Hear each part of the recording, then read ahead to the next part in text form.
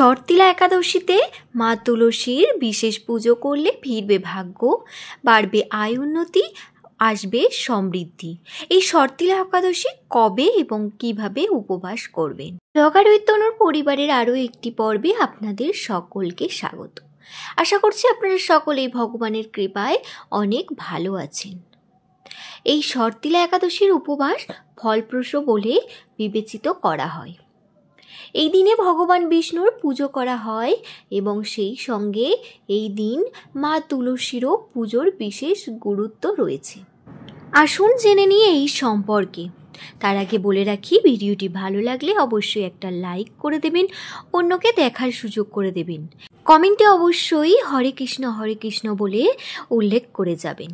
তো চলুন আজকে জেনে নেওয়া যাক হিন্দু ধর্মের একাদশী উপবাসের অত্যন্ত গুরুত্ব রয়েছে। একইভাবে শর্তিলা নামে একটি একাদশী আছে যা নিজেই খুব বিশেষ বলেই বিবেচিত হয়। এই দিনে যথাযথ রীতিনীতির সঙ্গে ভগবান বিষ্ণুর পুজো করা হয়।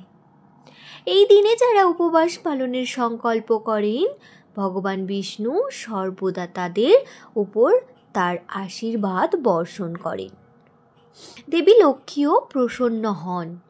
হিন্দু ক্যালেন্ডারের দিকে তাকালে দেখা যাবে এই বছর শর্তিলা একাদশী 25শে জানুয়ারি শনিবার।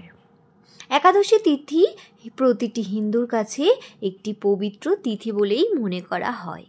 হিন্দু পঞ্জিকা অনুসারে মাঘ মাসের কৃষ্ণ একাদশী তিথিতে শর্তিলা একাদশীর উপবাস পালন করা হয়।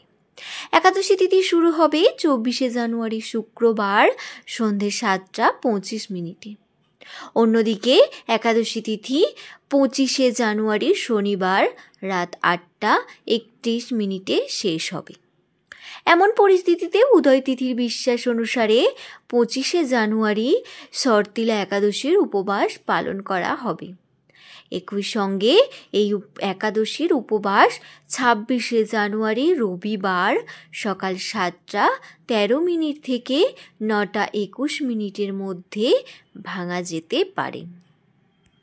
মনে রাখবেন, এই তিথিতে মা তুলসীর বিশেষ পুজো করার কথা বলা হয়েছে।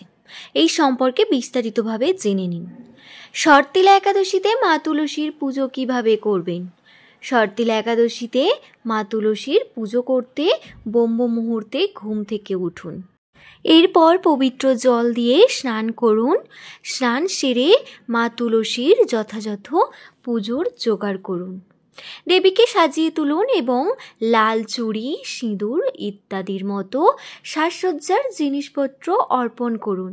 এটি করা অত্যন্ত শুভ বলেই মনে করা হয়।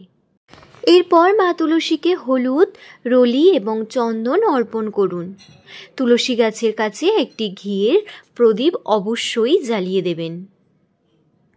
একাদশী তিথিতে অবশ্যই মা তুলসীর কাছে কলা অর্থাৎ লাল সুতো বাঁধুন।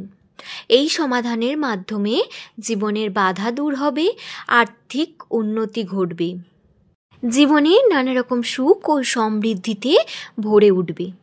একাদশীর দিন তুলসী পুজো করার সময় তুলসী পূজন মন্ত্রটি অবশ্যই জপ করবেন। একাদশীর দিন ভুল করেও মা তুলসীকে জল অর্পণ করবেন না এবং তুলসী পাতা ছিঁড়বেনও না। বিশ্বাস করা হয় যে একাদশী তিথিতে মা তুলসী ভগবান বিষ্ণুর জন্য নির্জলা উপবাস করেন। যদি পাতা ছিঁড়ে ফেলা হয় বা জল দেওয়া হয় তাহলে তার উপবাস ভেঙে যাবে এবং তিনি রুষ্ট হতে পারেন। ব্রতে বাধা দেওয়ার পাপও ভোগ করতে হতে পারে, তাই সকলে সাবধান থাকবেন। রাধে রাধে বন্ধুরা, আজ পর্বটি এখানেই শেষ করলাম। সবাই ভালো থাকবেন, সুস্থ থাকবেন।